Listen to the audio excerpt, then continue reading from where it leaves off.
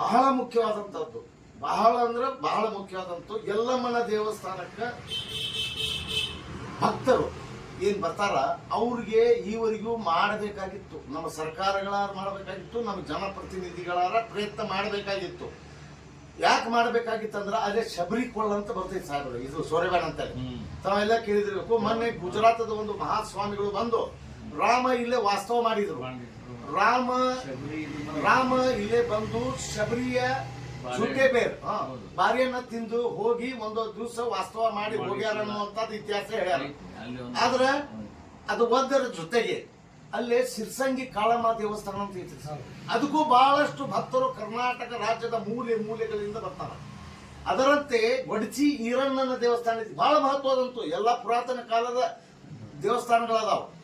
ಆ ನಿಟ್ಟಿನೊಳಗ ಆ ಭಕ್ತಾದಿಗಳಿಗೆ ಅನುಕೂಲ ಮಾಡಬೇಕು ನಾವು.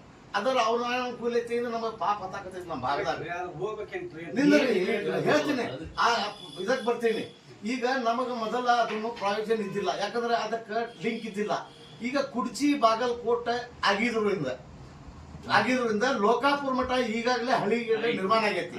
ಲೋಕಾಪುರದಿಂದ 120 ಕಿಲೋಮೀಟರ್ ಧಾರವಾಡ ಸೇರ್ತೀವಿ. ಧಾರವಾಡಕ್ಕೆ ಸೇರ್ಬೇಕಂದ್ರೆ ಬಟ್ಕೂರ್ಗಿ, ರಾಮದುರ್ಗ, ಸೌದತ್ತಿ ಯಲ್ಲಮ್ಮ, ಸಿರ್ಸಂಗಿ ಮತ್ತು ಧಾರವಾಡಕ್ಕೆ ಸೇರುವಂತದ್ದು ವ್ಯವಸ್ಥೆ ಆಗುತ್ತೆ. ಲಕ್ಷಾಂತರ ಕೋಟ್ಯಾಂತರ ಭಕ್ತರು ಪ್ರತಿ ವರ್ಷ ಬರುವಂತೆ ಹೋಗಿದ್ದೆ. ಎಲ್ಲ ಡೀಟೇಲ್ಸ್ ತಂದಿನ ಸಾಹೇಬ್ರು, ಅದು ಕೊಡ್ತೀನಿ ನಿಮ್ಗೆ.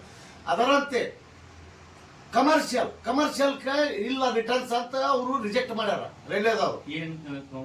ಕಮರ್ಷಿಯಲ್ ಅಂದ್ರೆ ಅಲ್ಲೇ ಲೈನ್ ಹಾಕುದ್ರಿಂದ ಸರ್ಕಾರ 1,000 ಕೋಟಿ ರೂಪಾಯಿ ಖರ್ಚು ಮಾಡಿದ್ರೆ ವರ್ಷ ಅದಕ್ಕೆ 8.6 ರಿಟರ್ನ್ಸ್ ಬರ್ಬೇಕು.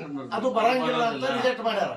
ಅವ್ರಿಗೆ ಬರ್ತೈತಿ ಅಂತೇಳಿ ನಾನು ಅವ್ರ ಜೋಡಿ ವಾದ ಮಾಡಿ ಅದನ್ನ ಪೂರಾ ಡೀಟೇಲ್ಸ್ ನಾನು ತಂದಿನಿ ಸಾಹೇಬ್ರ. ಅವ್ರು ಕೊಟ್ಟಿನಿ, ಪ್ರಹ್ಲಾದ್ ಜೋಶಿ ಅವ್ರು ಕೊಟ್ಟಿನಿ, ಜಗದೀಶ್ ಶೆಟ್ಟರ್ ಅವ್ರು ಕೊಟ್ಟಿನಿ, ಜನರಲ್ ಮ್ಯಾನೇಜರ್ ಕೊಟ್ಟಿನಿ, ರೈಲ್ವೆ ಮಂತ್ರಿ ವಿ ಸೋಮಣ್ಣ ಅವ್ರು ಕೊಟ್ಟಿನಿ, ಮತ್ತು ಕೇಂದ್ರ ಸರ್ಕಾರಕ್ಕೂ ಪತ್ರ ಬರೋದು ಇದು ಈ ನಮೂನಿ ಐತಿ ಅಂತ ಹೇಳಿ ನಾನು ಎಲ್ಲ ಅದು ರಿಟರ್ನ್ಸ್ ಅಂದ್ರೆ ಎಷ್ಟು ಅವರಿಗೆ ರಿಟರ್ನ್ಸ್ ಬೇಕು ಅದಕ್ಕಿಂತ 4 ಪಟ್ಟು ಹೆಚ್ಚು ರಿಟರ್ನ್ಸ್ ಇಲ್ಲಿ ಬರಾಕತೈತಿ.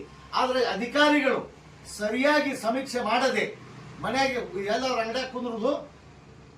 ರಾಮದುರ್ಗದಾಗ ಫ್ಯಾಕ್ಟ್ರಿ ಎಷ್ಟದಾವ್ ಇಲ್ಲ, 1-2 ಅದಾವ, ಅದನ್ನ ಬರ್ಕೊಂಡಾರ ಸರ್. ಎಲ್ಲೆಲ್ಲ ಹೋಗಿ ಅವರು ಸರಿಯಾಗಿ ಏನು ಜವಾಬ್ದಾರಿಯಿಂದ ಮಾಡಬೇಕಾಗಿತ್ತು ಅದನ್ನ ಮಾಡಿಲ್ಲ. ಮಾಡ್ಲಾರ್ದಕ್ಕ ಅವರು ರಿಟರ್ನ್ಸ್ ಬಂದಿಲ್ಲ ಅಂತಾರ.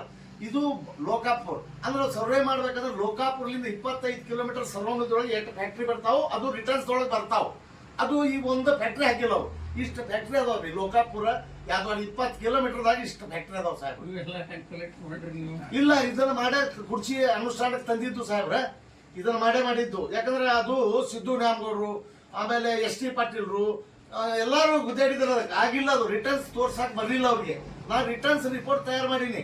ಜನಸಂಖ್ಯೆ ಎಷ್ಟು ವರ್ಷಕ್ಕೆ ಬರ್ತಾರ ಹೋಗ್ತಾರ, ಆಮೇಲೆ ಫ್ಯಾಕ್ಟ್ರಿ ಎಷ್ಟು ಅದಾವ, ಅವ್ರು ಎಷ್ಟು ಉತ್ಪಾದನೆ ಮಾಡ್ತಾರ, ಎಷ್ಟು ಹೊರಗೆ ಕಳಿಸ್ತಾರೆ, ಪ್ರೊಡಕ್ಷನ್ ಮಾಡಕ ಹೊರಗ್ಲಿಂದ ಏನೇನು ತರಿಸ್ತಾರೆ ಎಲ್ಲ ಕಲೆಕ್ಟ್ ಮಾಡಿ ರಿಪೋರ್ಟ್ ತಯಾರು ಮಾಡಿ ಪ್ರಹ್ಲಾದ್ ಜೋಶಿ ಅವ್ರಿಗೆ, ಜಗದೀಶ್ ಶೆಟ್ಟರ್ ಅವ್ರಿಗೆ, ವಿ ಸೋಮಣ್ಣ ಅವ್ರಿಗೆ ಎಲ್ಲಾ ಕೊಟ್ಟಿನಿ ಸಾಹೇಬ್ರ. ನಿಮ್ಮಟ್ಟ ಅಂದ್ರೆ ನೀವು ಬೇರೆ ಅವ್ರ ಬೇರೆ.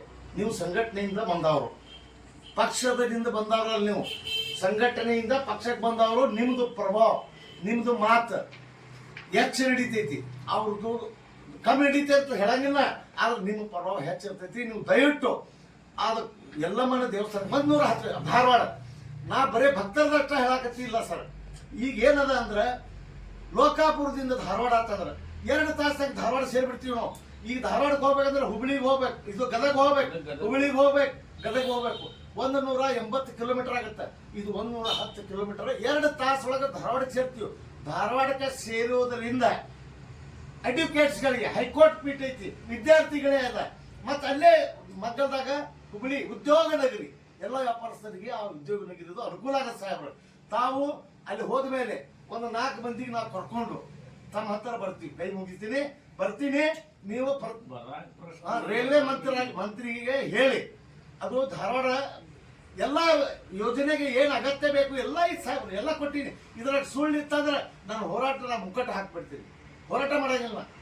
ಅದಕ್ಕ ಅದು ತಾವು ಏನಾರು ಮಾಡಿ ಈ ಬಜೆಟ್ ಒಳಗೆ ಅದನ್ನ ಸ್ಯಾಂಕ್ಷನ್ ಮಾಡಿಸ್ಬೇಕು.